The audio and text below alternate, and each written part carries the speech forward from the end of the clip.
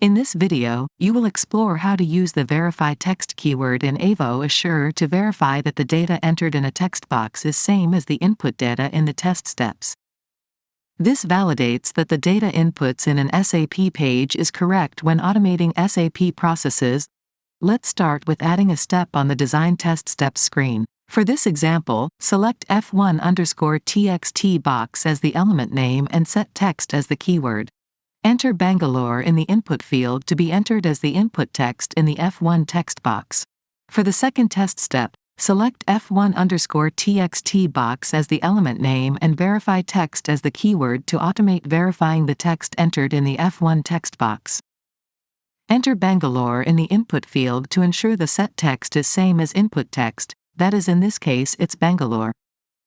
Enter VT within curly brackets in the output field to fetch the result.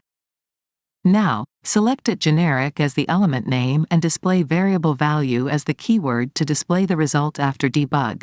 Enter the same output value as in the second test step, in this step's input field to display the variable value created in the first step.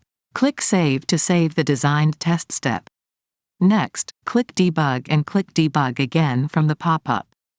This will debug the design test steps and fill the set text in the text box, verify the input text, and display the result.